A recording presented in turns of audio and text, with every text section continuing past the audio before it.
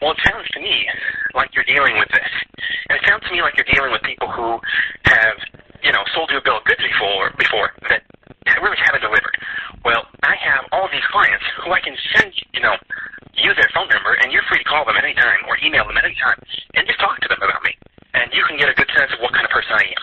Now, does that mean I've not messed up before? Of course not. No, everybody makes mistakes. But these people are here to vouch for my success on their campaigns, right? So it's just about identifying the pain point a business faces and then trying to take your already existing products or services and sell it to them at the price that they are looking to pay, or maybe a little more than they're looking to pay anyways. Okay.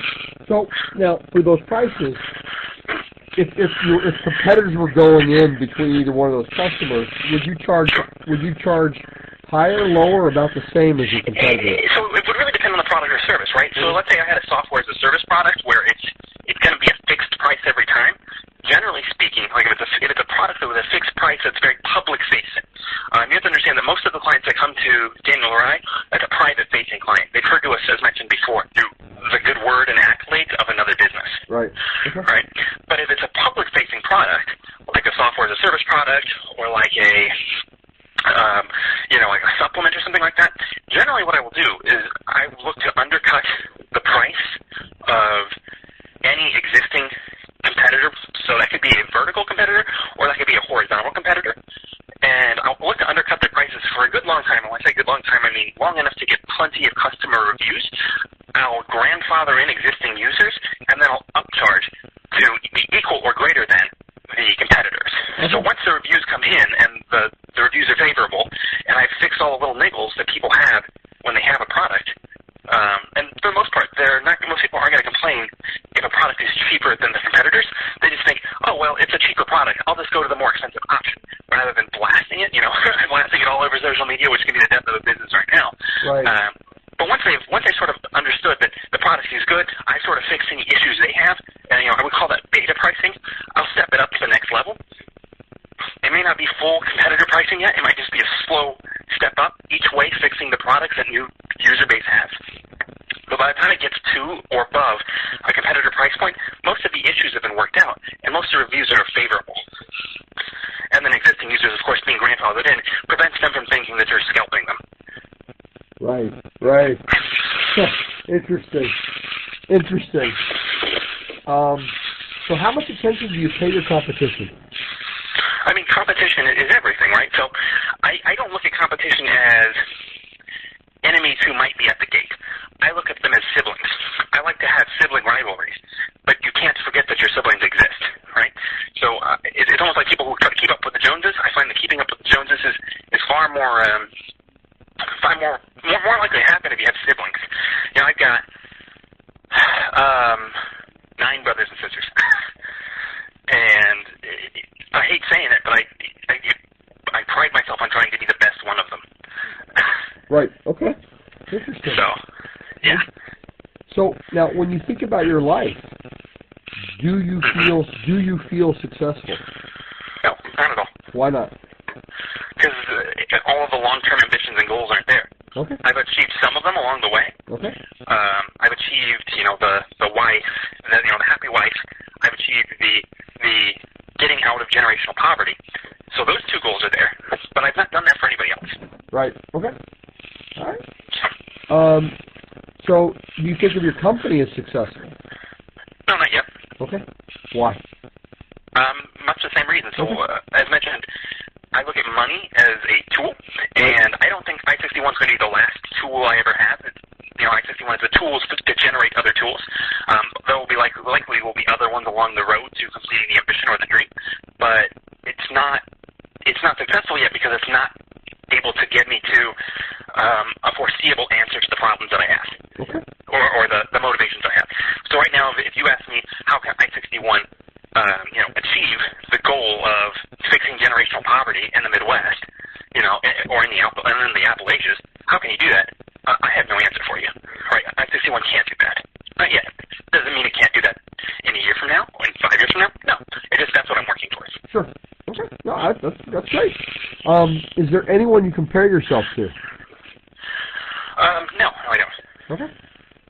All right. So I've operated for a very long time underneath the concept of winners focus on winning and losers focus on winners, basically. When you watch the Olympics, you see the person who is swimming second, who's going to be second to Michael Phelps. And all they're doing is focusing on Michael Phelps, right? But Michael Phelps is focused on hitting that block at the end of the pool as fast as he can. Right. So if I focus on the fact that Mark Cuban was younger than me and richer than me when he was my age, well, I'm just going to beat myself up over Mark Cuban all day, and I'm not going to get anything done. Right. Perfect. That makes sense. So have you ever thought about going back to being an employee at someone else's company? I'm still working for another company. Okay. All right. Yeah. So if things go well, you looking to move off away from that and just do your own thing? Of course. So once again, I'm at the point in my life where I'm on the island, and a big part of being on the island is preventing waves from sweeping you away back into the ocean where your head is just barely above water, right? So in order for me to be on the island right now, there are certain things that I need. And part of that is like health insurance for my wife and I. Part of that is a structured, stable job where I know if it's a bad month at I-61, things are going to be okay. But eventually, over the next year or two, I'd like to be at the point where income per month is far outpacing what I was making either at an annual level or at least a quarterly level at my current day job. Sure. And that I'm not worried. I have enough in the bank where if a big wave hits, it's not a step back into the ocean. It's we're going further closer to the shore, but we're not there yet. Okay. Daniel and I talked when we first started our business. We were saying, what level would we have? How much income would we need to have in a bank to feel really comfortable? And both Daniel and I have said, countless times, it's at least 2, if not 3 years of salary in the bank before. It doesn't necessarily have to be a bank. It can be in assets as well, or it could be in investing opportunities as well. But it needs to be able to be somewhat liquidable, somewhat quickly. Sure. Okay. Makes sense. All right. I just have some demographic questions to wrap this out. Sure. So this is about you, not the company or your customer. So how would you define your gender? I'm a male. Perfect. Ethnicity? White. Born in the U.S.? Yes. Marital status? I'm married. Educational level? High school. Are you the principal income earner in your household? Yes. Okay, now about the company. Can you give me a last month's or last year's revenue for the company? We've only been existing for 6 months now, and over the last 6 months, it was a little more than $80,000. Perfect. Number of employees? 2. For profit? Yeah, we're for profit. And then so founded would have been middle of 2018? Yep. What industry do you consider yourself in? Advertising. Okay. And then any other investors or partners? Nope. Daniel's, other than Daniel, so Daniel's a partner, sorry. Yeah, so Daniel. Yeah. Okay, so 2 people, so just you and one other partner. Yeah. Okay. That's all my questions. Okay. Do you have any? So you understand this is for your dissertation. Yep. Are you taking sort of a cumulative data and then creating charts and graphs and just trying to extract? Yeah.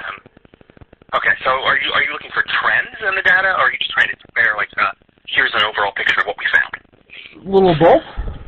Okay. A little of both. So looking for some trends, looking for kind of how things do things, and so far there seems to be some differences between men and women, which is not surprising. But and kind of but looking at the trends, like how people got to where they are. Obviously, everybody has a different road to get there.